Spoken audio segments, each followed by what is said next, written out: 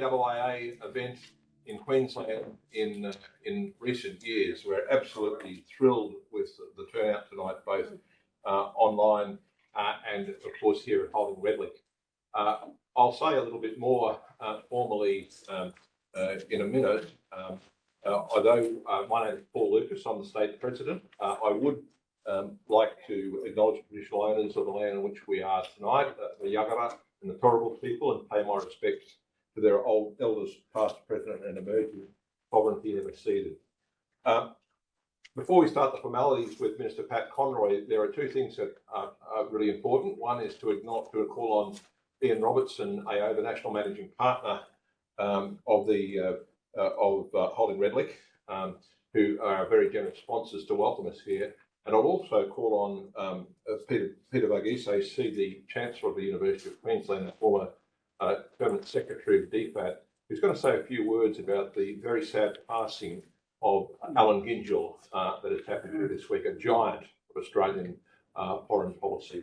So I'll call on Ian without any further ado.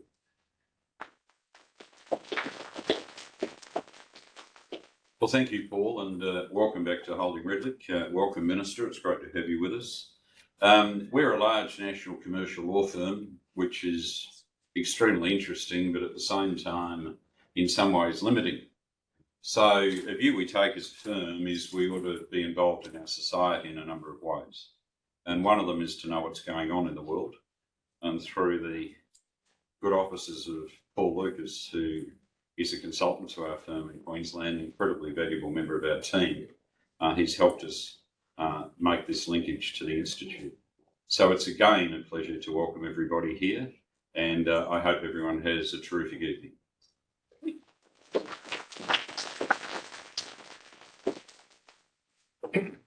I'll now call on Peter.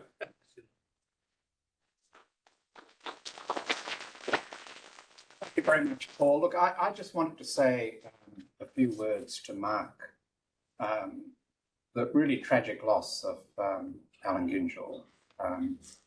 Many of us have lost a friend, but I think the country has lost an original and a deep thinker on foreign policy.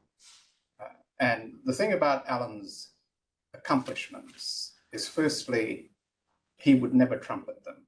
He was a genuinely humble person. But secondly, they were remarkable achievements. He was someone who worked inside and outside of government, and in each area made an enormous contribution, not just to settings of Australian foreign policy, but more importantly, in many ways, to the understanding of Australian foreign policy. And I know as president of the AIIA, he very much took the view that for policy to succeed, it needed to be understood and supported by the community. And I think under his presidency, he played a very strong role in that. So Alan was a diplomat in the field. He was a policy advisor. He worked in a Prime Minister's office during a particularly intensive period for Australian foreign policy. He set up and built a think tank that has become one of the most influential voices on Australian foreign policy in the Lowy Institute. He was an author, a podcaster. He had a particularly deep understanding of history. And his book, if you haven't read it, The Fear of Abandonment, I think is an absolutely essential reading requirement for anyone interested, not just in foreign policy, for anyone interested in where Australia sits in the world and who we are and what we need to achieve.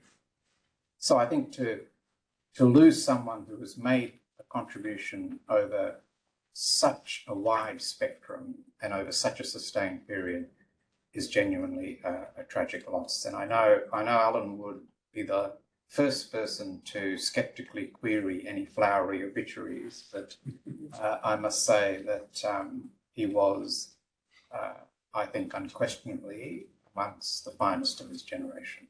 And I think not just in an AIIA setting, Paul, but more generally we should acknowledge and celebrate that. Thank you.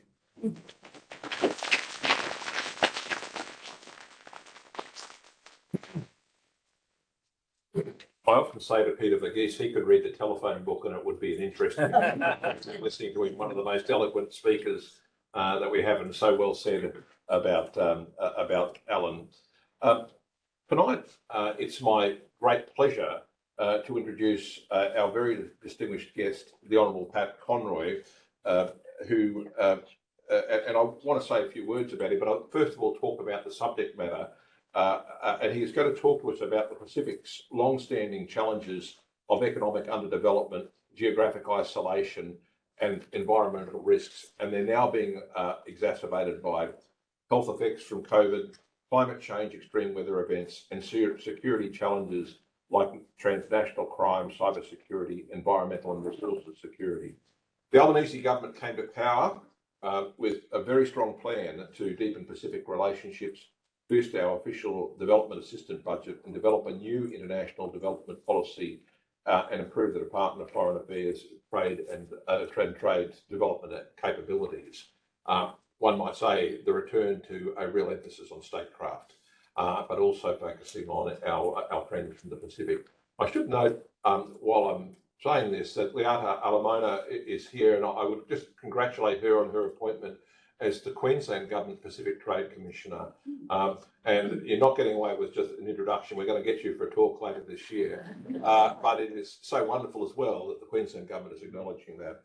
Just to say a little bit about the Minister, and I don't know how he gets any time for anything because his other portfolio is, of course, defence industries, which in itself is, several talks.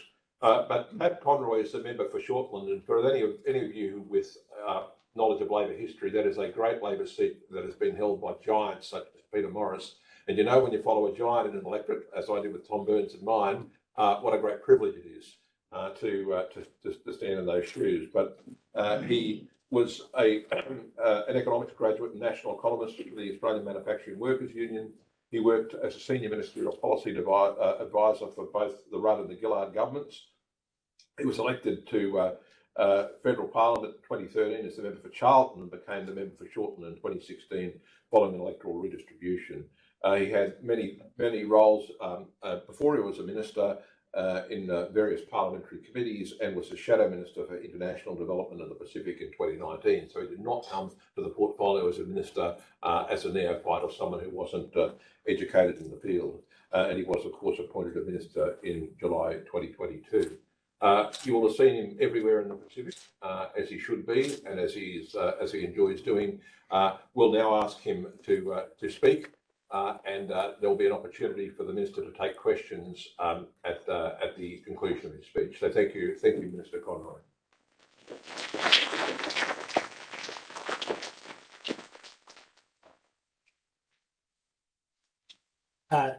Thank you, Paul, for the very kind introduction and invitation to be here. And can I also acknowledge Peter Verghese, former Secretary of the Department of Foreign Affairs and Trade, former Ambassador, former everything, quite frankly, and currently Chancellor of the University of Queensland.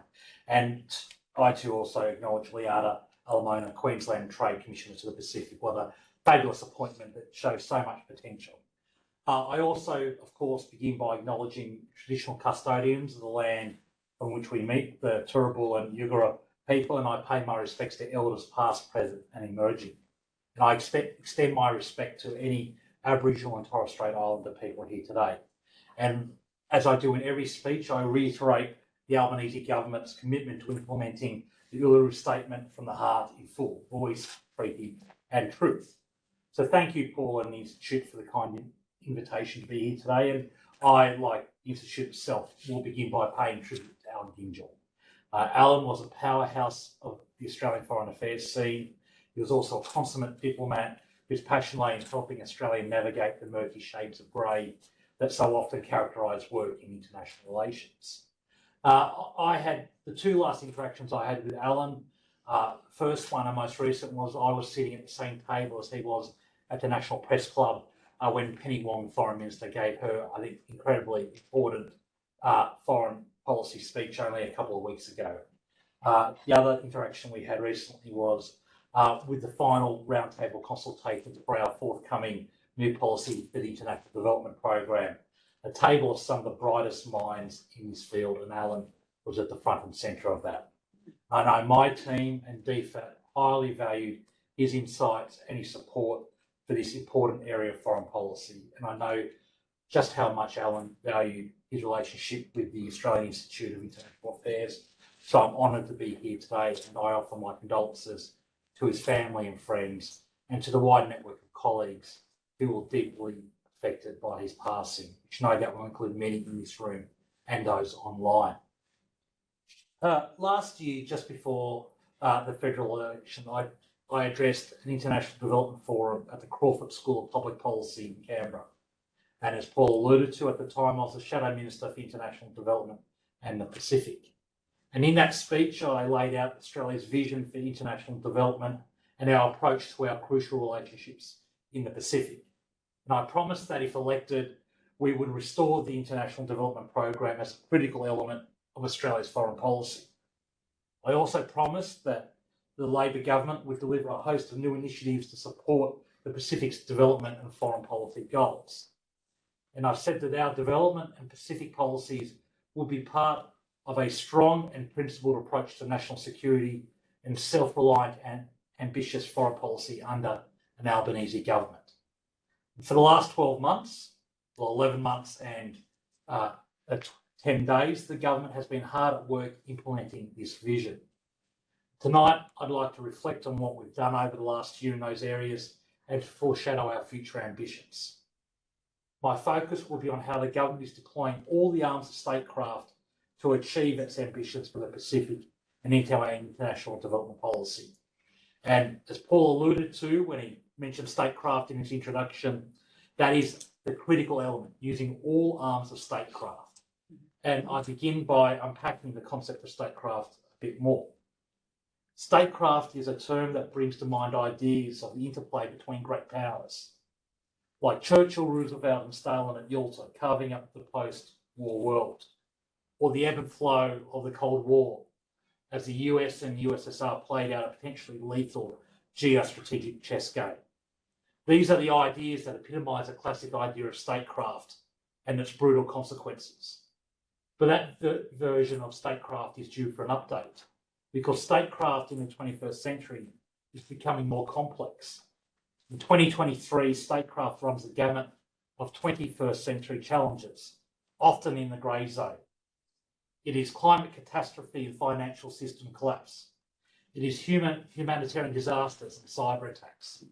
It is tackling global hypocrisy and global poverty. And as I alluded to, you might have seen Foreign Minister Penny Wong's speech to the National Press Class last month.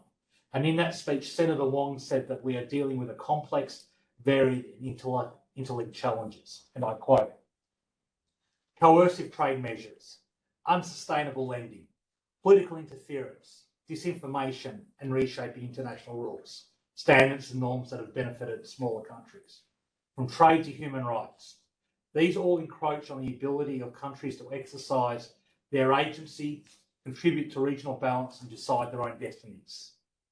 So countries like ours in this contested region need to sharpen our focus on what our interests are and how to uphold them. So to conduct statecraft in Australia's name is to maximise Australia's influence in the pursuit of Australian interests and values, particularly as we tackle an increasingly complex array of global and regional problems. So we must begin by asking a foundational question. What are Australia's interests? And to my mind, Australia has two core perennial interests, security and prosperity. There are, of course, other interests, but it all comes back to those two. And these interests are not unique to Australia. Each sovereign nation shares the same two core interests, though they may define them and act on them differently. Australian foreign policy also seeks to advance our values of democracy, human rights, fairness and justice, the rule of law and respect for sovereignty. And so modern statecraft, as practiced by the Albanese government, is about using all the elements of statecraft at our disposal, all the elements of state power at our disposal, not only to achieve a secure, prosperous future at home, but also to ensure that Australia's existing security and prosperity aren't threatened by events abroad. We need to harness all our national assets in pursuit of Australia's interests in the world, particularly when our security and prosperity are interlinked and influenced by so many external forces. And one of the best tools of statecraft that can be deployed to advance our interests and our values and those of our partners is our international development program. For the last decade under the former government, Australia's development program was undervalued, under-resourced and underappreciated. That's changing under the Albanese government. Our approach is bringing all arms of national influence to bear in the pursuit of Australia's interests. Our diplomatic, strategic and economic assets, our defence and security institutions, our social, cultural and educational strengths, our people-to-people links from sporting codes to religious communities, from migrant communities to business and trade connections, and our international development program. And we say that proudly. And the region where the development program has the greatest impact is in the Pacific, where Australia is by far the largest provider of development assistance. The Pacific is Australia's region. It is our home. Nothing is more consequential for Australia than the relationships between us and our closest neighbours. And from what I've heard from people and leaders across the region, Australia matters to the Pacific too. Australia is a founding member of the Pacific Islands Forum. We are a valued and respected member of the Pacific family. The region wants us engaged. They want us working with them on issues that matter to us all. And since becoming minister, I've visited Fiji twice, Papua New Guinea 3 times, Vanuatu 3 times, the Solomon Islands, Tonga, Samoa, and the Federated States of Micronesia. And in those ministerial visits, I've heard these messages about Australian engagement again and again. Now, it's difficult to describe how incredible and how incredibly complex the Pacific is. And I'm sure that there is a deal of Pacific knowledge and experience in this audience. And this is a very risky engagement for me here today, because I can see at least 4 or 5 people in this room who I definitely know more about the Pacific than me. But you will know that there really is no substitute to understanding of people in a country like going there, talking to people, governments, communities, businesses and individuals, listening to what they have to tell us. So if you indulge me, I'd like to take this audience on a kind of rhetorical tour of the Pacific to show you, as best I can with words, how diverse Pacific countries can be, demographically, geographically, politically and economically, but how the challenges the region faces are common, interconnected and impossible to solve in isolation. And I'd like to start this tour from where we're meeting here in Brisbane. So let's begin. I'll begin with Melanesia and Vanuatu in particular. Vanuatu's capital, Port Vila, is just a 2.5-hour flight from Brisbane. Vanuatu is still recovering after being hit by tropical cyclones Judy and Kevin in March. Now, while the country is no stranger to natural hazards like cyclones, earthquakes and flash floods, many people said they've never seen anything like this before. 2 Category 4 cyclones back to back in just 48 hours. 48 hours. I was in Vanuatu a few weeks ago and saw the devastation wrought by this freakish weather event. Homes reduced to ruins. Thousands of people displaced in evacuation centres. Crops blown away by gale force winds or destroyed in waterlogged soils. In the days after the disaster, the government of Vanuatu asked for Australia's help to support its humanitarian response. Within days, we deployed a rapid assessment team. Within a week, our largest naval vessel, HMS Canberra, arrived in Port Vila with humanitarian supplies, engineering and medical personnel, and 3 Chinook helicopters to help shuttle assistance across the islands. And Australia has provided a humanitarian response package valued at around $13 million to support the government of Vanuatu's response and recovery efforts, which included delivery of humanitarian supplies through Australia's Humanitarian Partnerships program, recovery support to Vanuatu's education and health systems, and logistical and assessment support to the government of Vanuatu. We know this type of support can have a lasting impact. Teams sent out to assess the damage in towns and villages said that they could see that houses rebuilt with Australian assistance following Cyclone Pam in 2015 were still standing due to the use of reinforced cyclone-proof roofs. But this isn't just a story about Australian assistance to Vanuatu. It's a story about what is now a reality for our region. Cyclones Judy and Kevin demonstrate that the Pacific is on the front lines of the planet's gravest environmental threat, climate action, or climate change rather. As extreme weather events grow in frequency and intensity, the Pacific is reaping the consequences of something they never sowed. Australia is now far more aligned with our Pacific partners on climate change than it was under the former government. The Albanese Government has committed to reducing Australia's carbon emissions by 43% below 2005 levels by 2030 and to achieving net zero emissions by 2050. Our development program and several of our international financing mechanisms support climate adaptation and clean energy infrastructure projects. We've been proud to join this Pacific family in co-sponsoring the Vanuatu-led UN General Assembly resolution to request an International Court of Justice advisory opinion on climate change. And we're supporting the Pacific Ready Pacific, a Weather Ready Pacific, a Pacific-led initiative to enhance the region's early warning systems in the face of extreme weather events. And we are bidding to host the COP31 Climate Summit in partnership with the Pacific in 2026. Climate change is a policy area where our domestic and international objectives align, where our expertise, technology and innovation are supporting our efforts on the ground to develop development outcomes to the Pacific, to deliver development outcomes, and where our investments in climate adaptation and our elevation of Pacific voices ensure that Australia is now part of the solution in the world. So let's continue our tour of the Pacific and head east. We're going to leave Melanesia and enter Polynesia.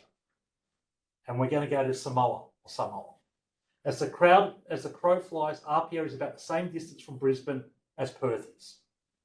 Samoa's two islands of Upolu and Savaii make up 99% of its total land area, just over a bit over 2,800 square kilometres, so roughly twice the size of the city of Brisbane. Samoa is another example of a small Pacific island country which is playing a global leadership role. Samoa is the chair of the 39-member Alliance of Small Island States and will host the Commonwealth Heads of Government meeting in 2024. With its population of around 200,000, Samoa is always willing to stand up and deliver to ensure a strong Pacific voice is heard on the world stage. In March, I had the pleasure of meeting Samoan Prime Minister Fime Naomi Mataafa for the third time and introducing her as the keynote speaker at the inaugural Foundation for Development Cooperation Pacific Lecture hosted by the Lowy Institute. I listened to her remarks carefully and was impressed by how honest she was. Like all great leaders, she wasn't afraid to speak the truth. And some of her words bear repeating here. She said, and I quote, "I need to be very frank.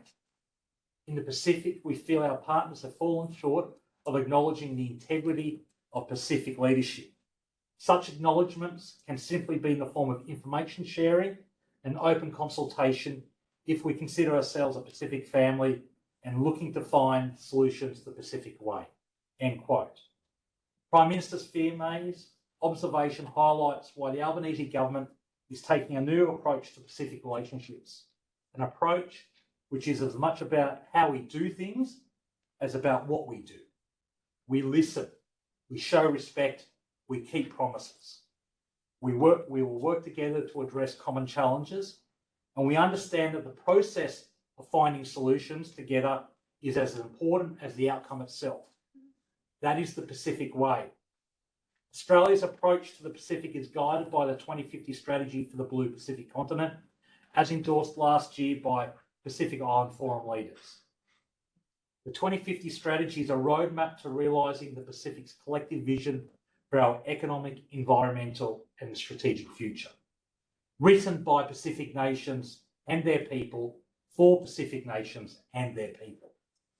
The 2050 strategy demonstrates the importance of the Pacific Islands Forum and Pacific regionalism.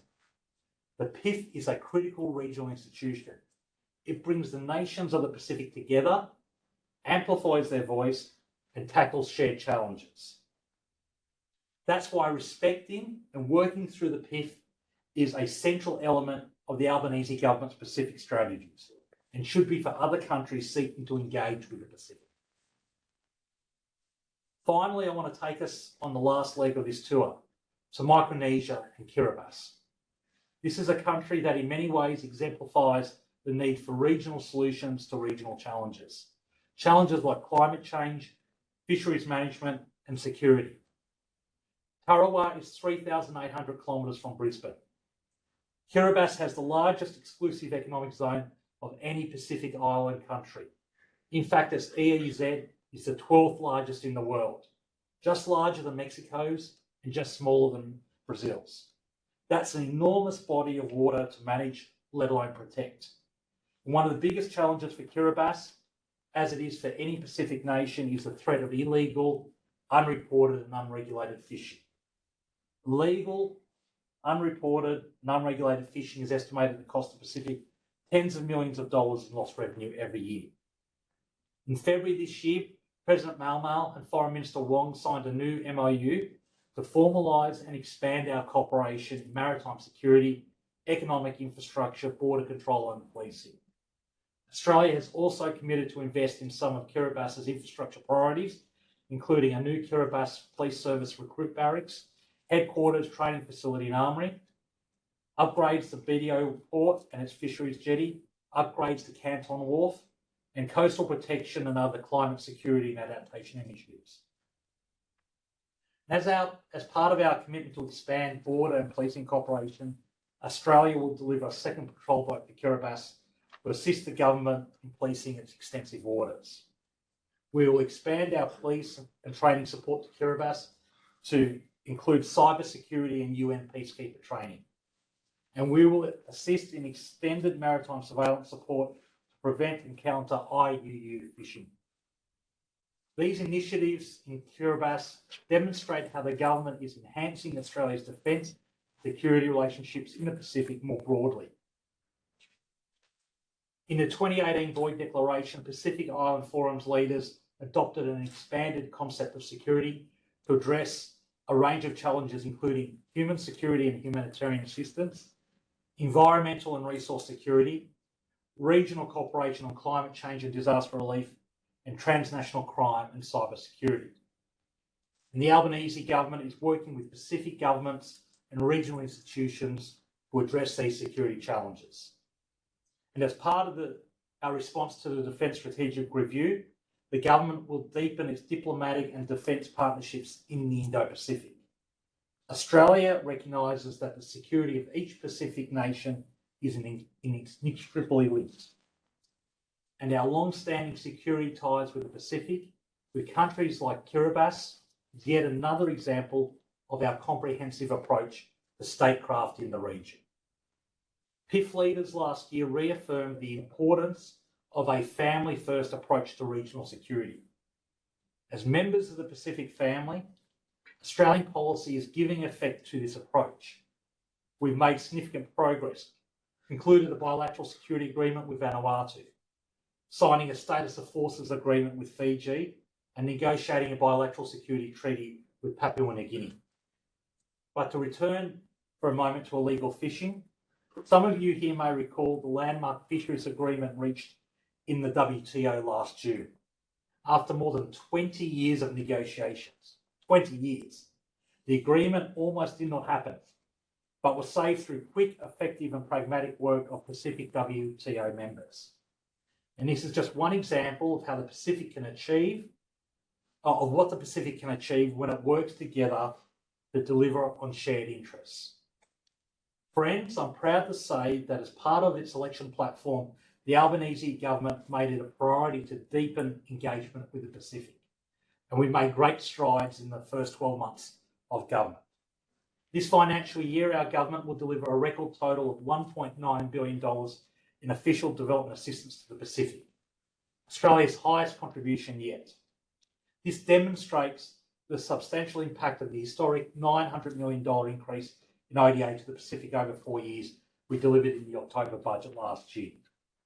The additional development assistance will support shared priorities we've identified with our Pacific partners, such as strengthening support for Pacific climate resilience and mitigation, reducing fiscal distress and supporting post-COVID-19 economic recovery, investing in health, water, education and social protection, empowering women and girls and people with a disability, expanding the Pacific Australia Labour Mobility Scheme, and doubling our ODA support for the Australian Infrastructure Financing Facility for the Pacific. We are listening and we are responding. We are bringing new energy and new resources to help build a more secure region and a stronger and more united Pacific family. And it means restoring our international development program to its proper place as a critical national asset of statecraft. And that brings me to the second half of my speech. I began this evening by noting that good statecraft means using all of our national assets wisely. Along with the crucial work of improving outcomes for our development partners, our development program can be a powerful way to solve problems, make friends, and increase Australia's influence. It's not a nice-to-have luxury. It is a core strategic capability of Australia, for Australia. Yet for the last decade, it has been devalued. 22 of Australia's nearest 26 neighbours are developing countries. Being so close and bound together economically, when they grow, we grow. When they falter, we feel the effects. Every ODA dollar we spend is an investment in a stronger, more stable region in which Australians are safer and can cooperate and trade. Right now, we are being tested by climate change, by global economic uncertainty, by profound demographic and technological shifts. We face the most challenging strategic circumstances in the post-war period. Our region is being reshaped before our very eyes. For these reasons, the Albanese Government is restoring ODA's role as a central part of our approach to the world. And the Government will soon launch Australia's new development policy. It is Australia's first long-term development framework in almost 10 years. Our new policy will define the development program's role in contributing to the region's peace, stability and prosperity, and to improving human development. We kicked off this process in September last year when the Foreign Minister announced at the UN General Assembly we were working towards a new policy. We undertook extensive consultations, engaging with hundreds of stakeholders in Australia and with partners across our region. We listened carefully and learned about our existing practices, our strengths and limitations. We will continue that approach going forward. A commitment to genuine partnership is a golden thread running through our policy. We have spoken about it extensively in every engagement we've had in the region, and the new policy will codify these words and help turn them into action. Australia has heard the many voices calling for increased assistance to combat climate change. It is our region's foremost concern and the single greatest threat to Pacific communities. Accordingly, responding to climate change will be a central feature of our new development policy. Whether on climate, infrastructure, food security, or economic development, we will engage with respect and in equal partnership. Our partners have told us they want more opportunities to participate in Australia's development program. We welcome this desire for more ownership. We also want our aid investments in the region to drive local employment and procurement opportunities. And I'm really evangelical about this point. This will help deliver a double dividend of improved development outcomes as well as employment opportunities in communities where we are working. And we're committed to ensuring all voices in society are heard. So Australia will work harder to provide local people and businesses with the funding, training and other forms of support they need to exercise leadership. And that's why Australia will continue to ensure at least 80% of our investments advance gender equality, and that's why we're designing a new disability equity and rights strategy in the development program. And my very first decision as the incoming Minister for International Development was to return the obligation on DFAT for 80% of our development programs to have a gender equity goal. That was our first decision, and that symbolised our commitment to addressing that issue. Australia is brimming with world-leading expertise in a range of fields. And every day our development program supports Australians and their regional peers to share ideas and collaborate across science, education, business, culture, region and sport. And our deep connections to the regions reaches back to Australia's First Nations people, our first traders and diplomats. And we want to strengthen these connections, particularly across the Blue Pacific. And we will ensure that the expertise and perspectives of First Nations Australians are embedded across our foreign policy, including in the development program. Rather than seeking to replicate Australian policies and programs, we will tailor our development investments to the specific needs and circumstances of each country. And when we can't offer the right support, we will help our development partners to secure resources and expertise from other international partners and friends, while preserving their agency and sovereignty. In this way, our close relationships with the United States, Japan, New Zealand, France, and multilateral development agencies can amplify our impact. Now, the Indo-Pacific will remain our focus. This is the region we know best, where we can make the most difference and where our interests are most deeply and directly affected. It's a region where the leadership of regional institutions such as ASEAN and the PIF remain essential. But securing the world we want also means acting beyond the Indo-Pacific. So we will continue to play our part in responding to development and humanitarian needs in other regions. And as we do, we'll be guided by the 2030 Agenda for Sustainable Development as a shared vision for global development. And we will champion an international system where rules and norms are clear, mutually agreed, and consistently followed. This is a journey that the government embarked upon last year with our bilateral partners, our delivery partners, the development sector and the broader community. But we haven't reached the final destination. This is only the first leg. And I invite you all to be part of this journey as we work to rebuild Australia's development program. I'd like to finish my remarks by asking a simple question. Why have a development program at all? In the course of my speech tonight, I've laid out a few of the possible answers. The economic case. Supporting economic prosperity abroad supports economic prosperity at home. The strategic case, that stable countries make for stable regions. The rational self-interested case, that ultimately every $8 spent serves Australia's interests. But there's another answer, one that we do not often hear articulated in foreign policy debates. And that's the ethical case, the moral case for international development. The Australian philosopher Peter Singer posed it most eloquently as a hypothetical in his book, The Life You Can Save. And I'm going to paraphrase Singer, which is always dangerous. Imagine that on your way to work, you pass a small pond. You see a child splashing around. As you get closer, you see it's a young child flailing about, unable to keep its head above water. If you don't wade in and pull them out, he or she seems likely to drown. Wading in is easy and safe, but it will ruin your new shoes and get your suit wet and muddy. What should you do?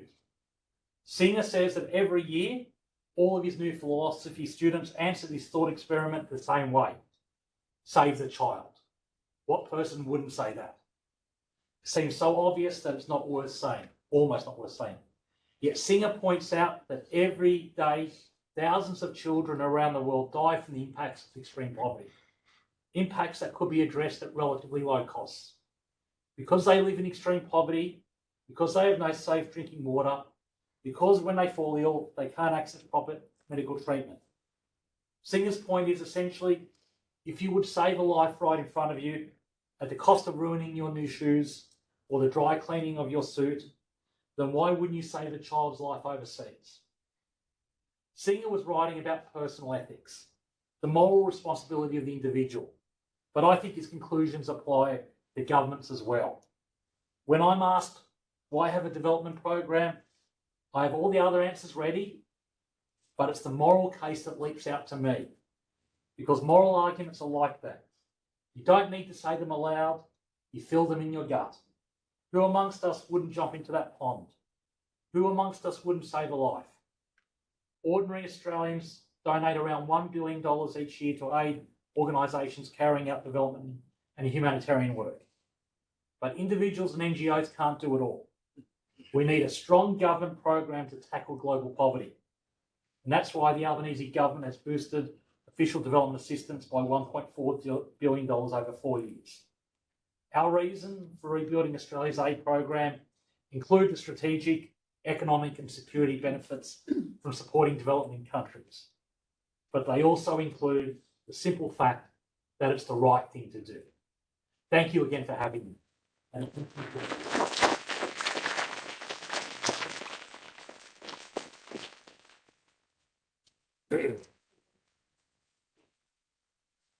Well, thanks very much, Minister, and really a great talk. And I should say that, you know, for any of us who've worked in international development, I think you hit the nail on the head in the sense that for every 1 ounce of support that you impart to overseas friends and partners, you get pounds and pounds in return.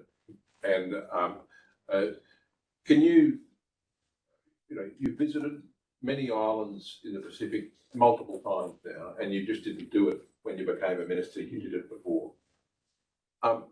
What have you learnt from our Pacific neighbours and friends? Well, I've learned to listen and be quiet and not fill the space. As a politician in Australia, you have to be pretty forward. And one of the first lessons I learned when I engaged in the Pacific was to not fill the space. The Pacific pause, as people call it. Sure. And I learned he moved on, but there was a great New Zealand minister for the Pacific called William Seo, who ticked all the boxes. He moved to New Zealand from Samoa when he was 3. He was a trade union leader and a Mormon bishop. So he had all the bases covered. And I asked him for advice because I'd known him in opposition, and it was listen, respect, and just not fill the space. So I've learned lots more, but for me, that goes a long way. If Australia has a reputation of being the big kid on the block, telling people what to do, we've got our priorities and we'll let people know. But in the spirit of Talanoa, it's really important that we let the Pacific process take place. Right, well, thank you. We'll take questions now, and one of the things that we don't have enough of, we don't have enough women asking questions, and we don't have enough young people asking questions. So just make it clear to you, if you're a bloke, particularly if you're a bloke who looks like me, well, I'm the president of HIFIC, you know, but you might have to wait. So, and can I acknowledge Penny Wensley, AC, who's, I see on the screen there, former Governor of Queensland and Australian Ambassador to France. Nicole Andronicus. Thanks. Thank you, Paul. Thank you, Minister Conroy, for your informative speech. I've got a household full of brothers, sons, and a husband who are crazy about the NRL. And I have to ask this: what would the expansion of an 18th team, the Pacifica, how would that support our national interests, and how would that sort of bring Australia and the Pacific closer together? It's diplomacy. It's a great question. One I was hoping someone would ask. I have another unofficial title in the government. I'm the Minister for Rugby League. Doesn't mean I don't love other sports. I still play rugby. And you're a Knights supporter? No, actually I'm not. Right. I'm a Rooster supporter, which is a boo here. But the greatest Papua New Guinean rugby league player, Adrian Lamb, was a Rooster, so that's what I can actually know. But seriously, those people-to-people links I talked about in the speech are critical. And I can't think of anything better than sport. And I'll give you an example. I was in Samoa 4 weeks ago, or 3-4 weeks ago, and I had dinner with about 4 or 5 ministers at the High Commissioner's residence. And it was a great dinner, scheduled for 2 hours. We went for 3.5 hours. And for the first 2 hours, we were just talking sport. It breaks the ice. It's about shared values. And I went up to Papua New Guinea with Prime Minister Albanese in January, and he was the first foreign leader to address their parliament. And in that speech, he was very clear that we think it's a great thing and we will be supporting as much as possible a Papua New Guinean rugby league team in the NRL. I just think that I can't think of anything that would do more to advance people-to-people links than that. Doesn't mean we don't do other things. Development, obviously, one, combating climate change, military cooperation, but it is so powerful. I played rugby union for 5 years in Sydney in a club that was predominantly Tongan, and I learned more about the Pacific training and having a beer with those people than I could in university lectures. And it just is something that we're keen to do, and it's a great diplomatic asset. So one of the things we did at the PIF last year, the Leaders Week, it was scheduled for the week of the final State of Origin game where Queensland flew for victory.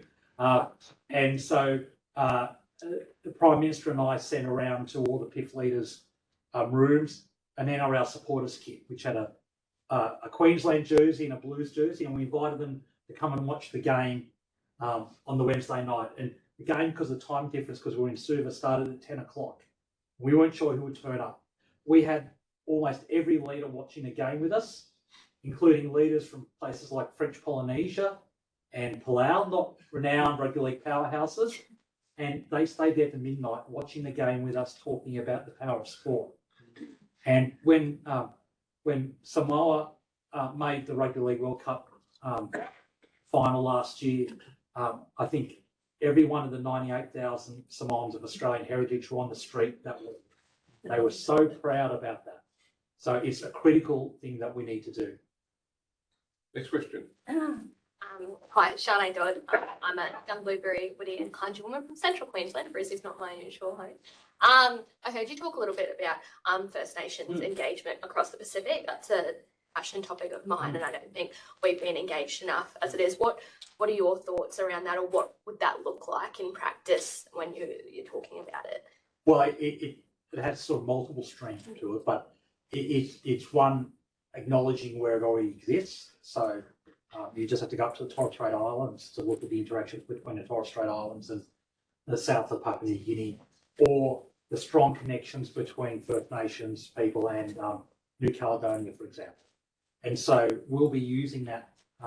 So the First Nations ambassador who we've just appointed will be doing lots of work in the Pacific, as will, when he's held, recover Senator Patrick Watson, who's worked for decades in the Pacific, because it's about us learning First Nations approaches. It's about providing those linkages to Pacific countries. It's also, quite frankly, about us demonstrating our commitment, because we can hardly talk about respect for other nations if we don't respect the First Nations of our country.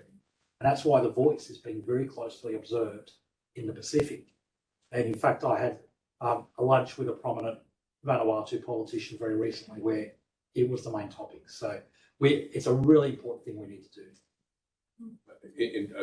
Let's take the lady in the back, but just make a comment on that.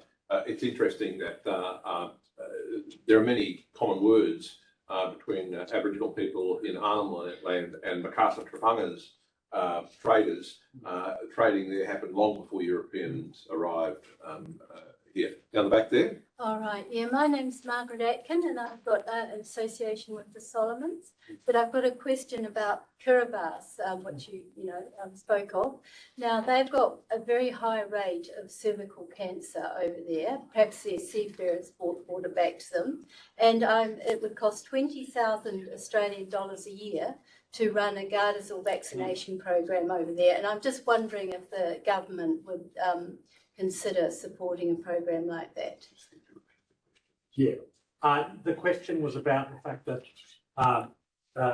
Kiribati has very high levels of cervical cancer, and with the Australian government support a $20,000 program to provide Gardasil vaccinations. Look, I'm happy for my team to get the details from you. Okay. But we're ultimately, the essence of my speech and how I comport myself in the Pacific is we listen to the Pacific's priorities. Yeah. So if the government of Kiribati says this is a priority, we will make it happen tomorrow. Yeah. Yes, of course. So it's how we operate. Yeah. But I agree with you. Those investments that we take for granted in this country are lacking in a lot of places. I went to a health clinic in the central province of PNG late last year, and I went to and they were doing the sort of monthly vaccinations of kids, and watching that was really important. But it struck me my wife's an immunisation nurse, so I have some familiarity with kids' vaccines, and I had the joyful duty of taking my kids to the doctors to get them. And I knew roughly the schedule for when you get those vaccines, whether it's first week, first month, first 6 months. I was seeing 4 and 5 year old kids getting what a newborn baby would get in Australia. Right. So it's really important that we work with them, and Yes. we are, and there's really high engagement on it. That's great. Yeah. All right. Oh, yes, Minister. I was quite fascinated at the combination of your ministries, starting with the defence industry and ending with the Pacific. And so my question's really about that. You've pointed out, as Pacific leaders have been saying for so long, that climate change is the key security issue and that the effects are escalating, almost to the point of sending people into exile. So the question is, what plan does the Australian government have to offset the astronomical emissions that will be produced with all the new weaponry that we've just ordered, something like $400 billion worth? There's going to be huge emissions from that production. Well, I'd make a couple of points. First, in opposition, I also was the Shadow Minister assisting for climate change, and the reason Prime Minister Albanese gave me those 3 jobs was the interaction of them. You can't talk about Pacific without talking about climate change, and quite frankly, you can't really talk about national security and defence without talking about the Pacific or climate change. So the Defence Strategic Review we launched a few weeks ago was I think the most significant defence document since the DIB review.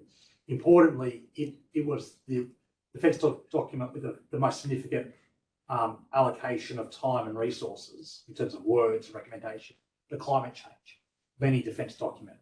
And it acknowledged that climate change was making the task of the ADF harder, that it was a national security risk for our region and Australia in itself, and also that the defence should be advancing its plans to go carbon neutral. And that is the plan. And in fact, we'll have a report being given to Defence by 2025 on its carbon neutrality pathway. On your broader issue, I'd make the point that the nuclear powered submarines that you're alluding to will be built in Australia. So they'll be built in an economy where the manufacturers will be part of the efforts to decarbonise Australia. So they'll be built in Adelaide, and construction will begin at the end of this decade, and the first one will hit the water in 2042. They'll be the electricity bending the metal to make the hulls will be renewable energy. They'll be part of an economy that will be net zero by 2050. So decarbonisation of the defence industry will be organic as part of our policies. Hopefully statecraft will mean that they don't have to be used in anger and the emissions from the missiles won't be a factor. We'll have got on with everyone. Absolutely. I won't get onto the carbon neutrality of nuclear power. We won't start that one. No. Tess Newton Kane, and then a lady down the back, gentleman down the back, then you, sir. Thanks, Paul. Minister, we learned last week that the AUKUS submarine deal comes with a 50% contingency built into it. So leaving aside how anybody that works in development is scratching their head thinking, how do you get a 50% contingency written into anything? The value of that contingency is equivalent to 27 years of official development assistance at the current rates that Australia provides. And that includes the small increase that you've already referred to. So given the need to exercise all arms of statecraft, what can we expect in the budget that demonstrates a meaningful shift towards an increased and improved resourcing of development assistance by the Australian government?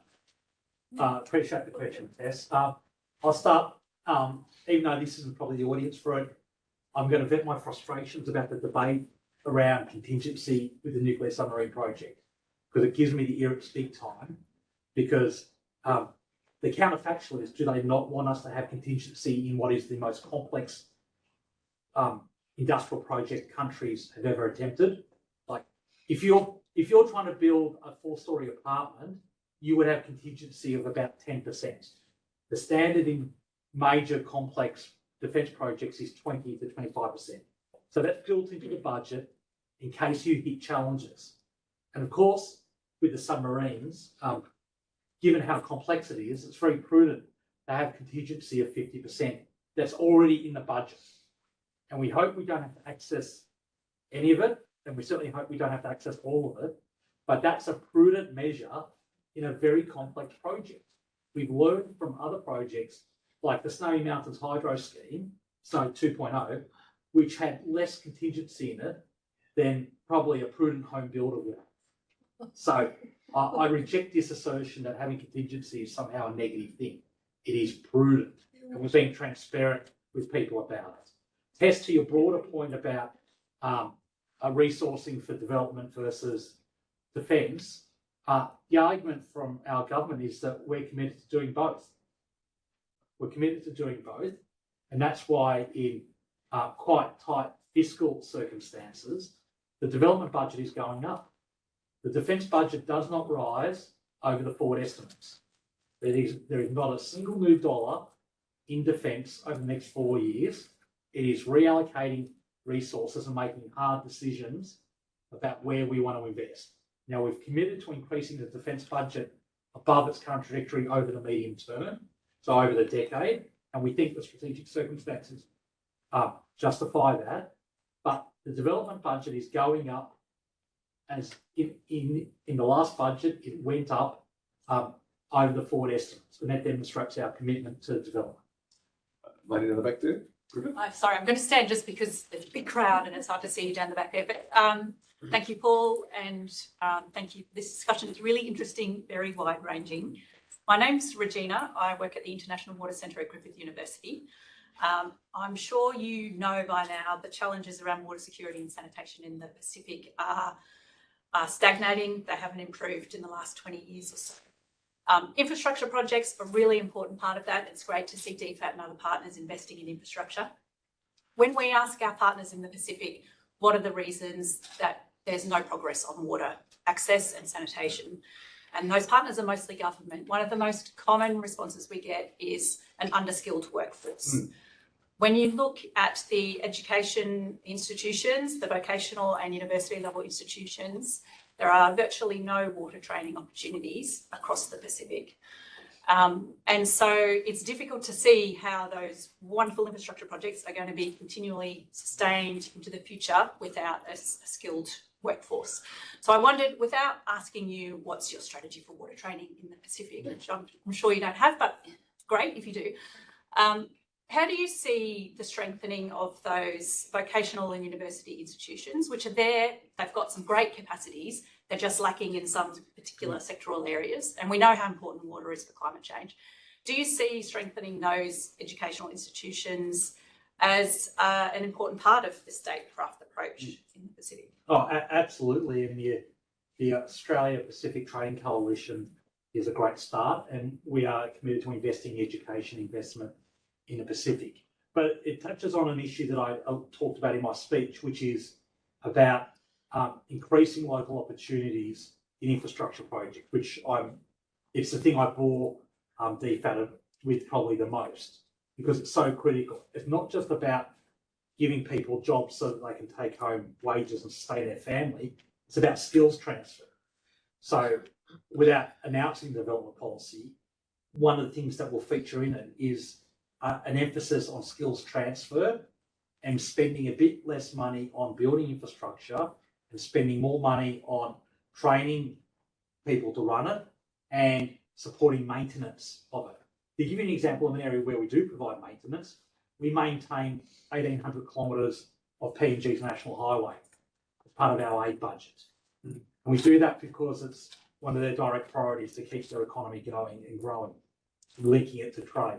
So what I see us doing is shifting more to helping with maintenance, not paying for Australians to go over and maintain it, but Pacific Islanders to do it. And there's a great role for organisations like yours and NGOs. In my electorate, I've got an organisation called Sione's Foundation, which is run by an ex-Tongan NRL player, and they build water treatment plants. They just built the first water treatment plant in Tonga, where they partnered with Hunter Water to do that. And a big part of that was skills transfer for the population to actually run it. But You're absolutely right. The amount of infrastructure I see that is not being maintained is a real concern. Well, you'd think we would be good in Australia with our ability to service remote communities, isolated communities, fit for purpose infrastructure that has local ability to be serviced is a critical thing. No good building something that's bells and whistles and then doesn't work. 6 months later. Gentleman down the back. Thank you. I'll also stand just because. My name is Simon Suleiman. I'm also at Griffith University. I'm a senior lecturer in migration and security. I'll try and be as brief as possible, but I am an academic. So. We've got 5 minutes, so I'll fit in 3 questions. I'll be very quick. Problem with Singer's thought experiment is it doesn't account for the situation where you're actually responsible for the child being. Australia is implicated in historical and material conditions that have led to increase in insecurity and underdevelopment, if we want to put in those terms, in the Pacific, which leads me to question not just the arms of statecraft, but the mind and soul of statecraft. So in what ways do the current challenges and the more open posture towards Pacific perspectives also demand that we rethink and reframe our own understanding of security and our own understanding of prosperity, which are not always in alignment with those of Pacific people? Yeah, no, thanks for the question, and it's one that's really worth asking. And the example I use is climate change. It's the most obvious example, it's not the only one. You can look at our colonial history as another example of where the Singer allegory needs to be modified.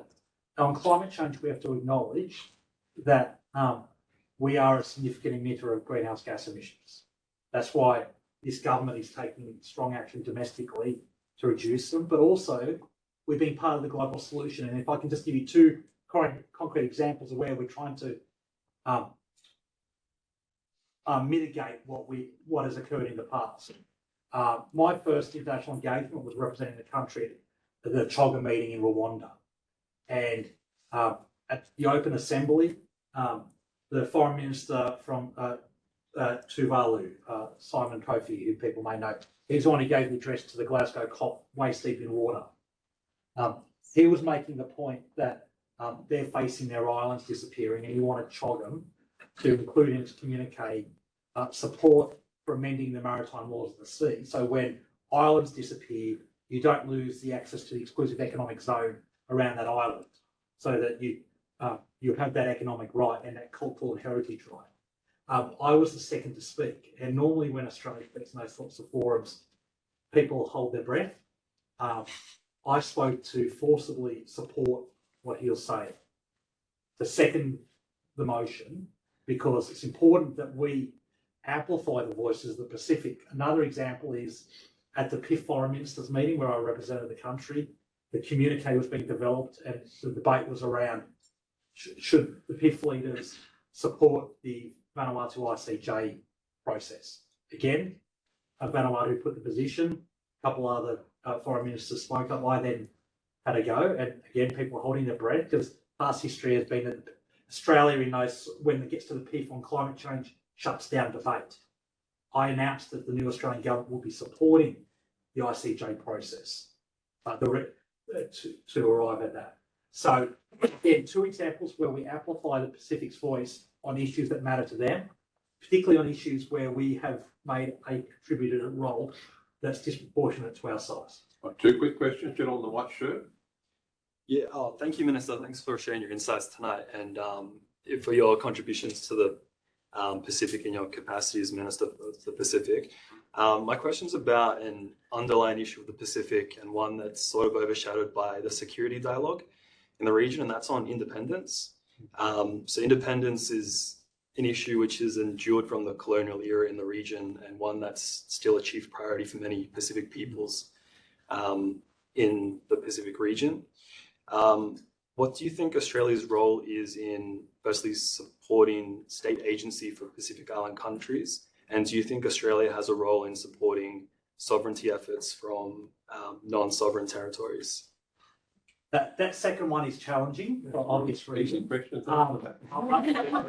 I would say that the way we handle that is mainly saying it's up to, we support the people of those nations having a dialogue with the country that currently administers them. On the first one, you're absolutely right.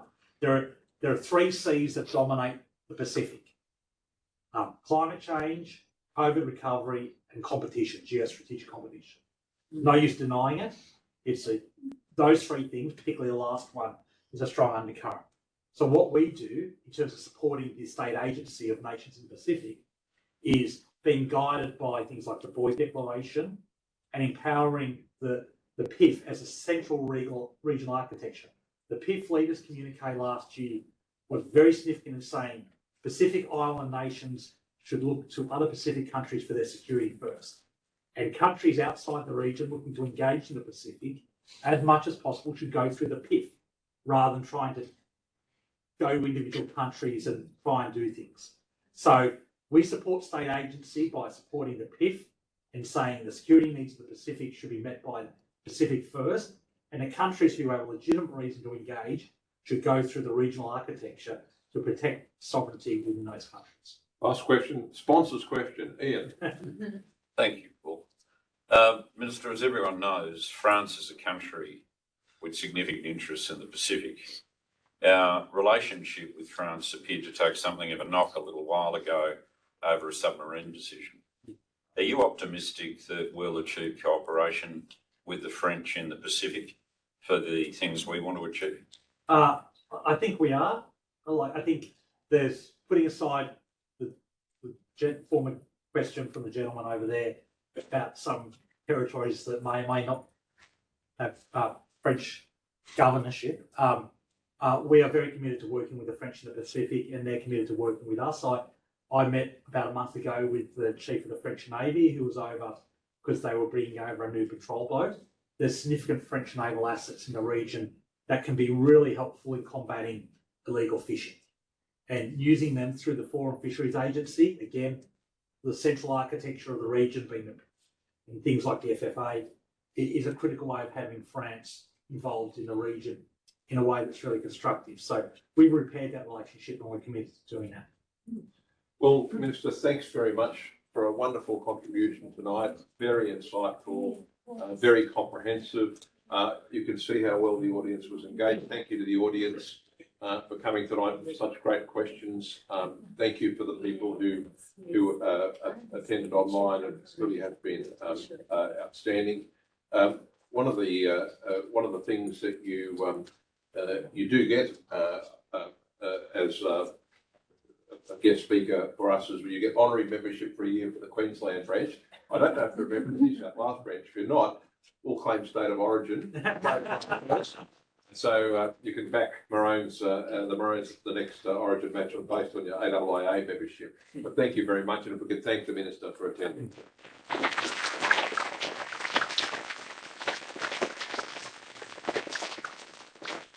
Some housekeeping matters that you all might want to know about. Look, I've been absolutely delighted with the rollout from younger members of the community tonight. We'd ask you to please monitor what we're doing. AIIA have a number of different programs, including NextGen, which are funded by various agencies, including DFAT, but also with study tours to foreign countries like Korea, for example, Taiwan. These are things that not enough Queensland young people are involved in, and it annoys me that we are not. So please, we'll write to you about that, but we would like to get some of you involved, because I like to, when I'm at these functions in Canberra or somewhere else, to see Queensland faces. So please, stand true for that.